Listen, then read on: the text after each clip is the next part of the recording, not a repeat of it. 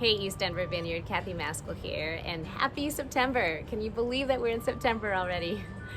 On Sunday, I led us in a time of praying for Afghanistan, for Haiti, as well as those who would be impacted by Hurricane Ida this week.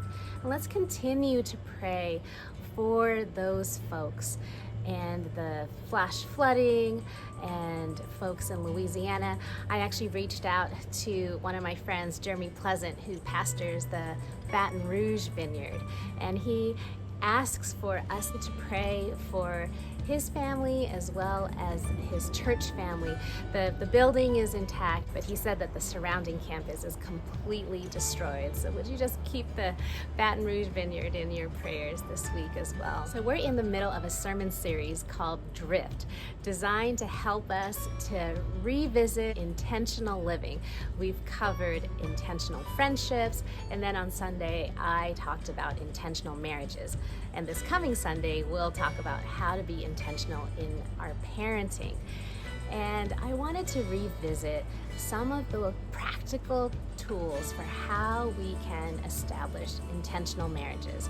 We talked about rituals of connection, intimacy, and community. One of the distinctives that I pray for East Denver Vineyard is that we would have marriages that thrive and are healthy and are intentional. And so rituals of connection are those that help us to think about the agreed upon ways that we leave the house. What are the agreed upon ways that we are connected to our spouses throughout the day? What are the agreed upon ways that we choose to reconnect once we reconvene from work? What are the agreed upon ways that you go to bed?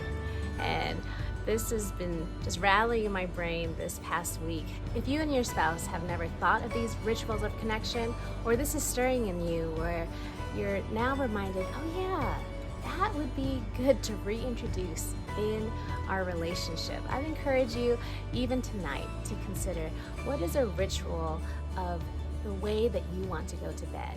Is it to actually say goodnight? Is it to check in with one another? If one of you is a night owl and one of you goes to bed earlier, how do you want to do that?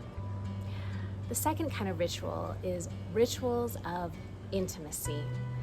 And rituals of intimacies are how you are thinking of spending uninterrupted time to listen to one another, how you celebrate holidays, anniversaries, and birthdays, as well as thinking about how do date nights work. And for me and Caleb this past week, we were able to set aside 3 mornings where we had a breakfast date, more like a breakfast coffee for about 5 to 10 minutes before we scurried off into our respective home offices.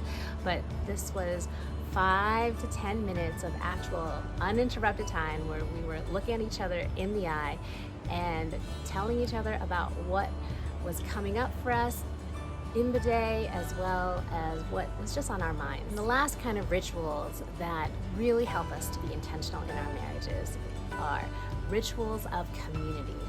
What are the rhythms of friendship that we do separately? Because our spouses can be our best friend, but they should not be our only friend. So what are the kind of friendships where we hang out together as spouses, but we also have friendships where we're hanging out separate from our spouses? What are our rhythms of spiritual life, together as well as separately? And what are the rhythms of celebration with friends or family? We're going to be kicking off our life circles in a couple of weeks, and I invite you to consider now what works best for the rhythms of your family and marriage life in this season. Can you go to a life circle together, or does it serve you better to have life circles that are separate for each of you in this season? Have a wonderful Labor Day holiday weekend, and if you're in town, I'm so looking forward to worshiping with you together on Sunday. God bless you.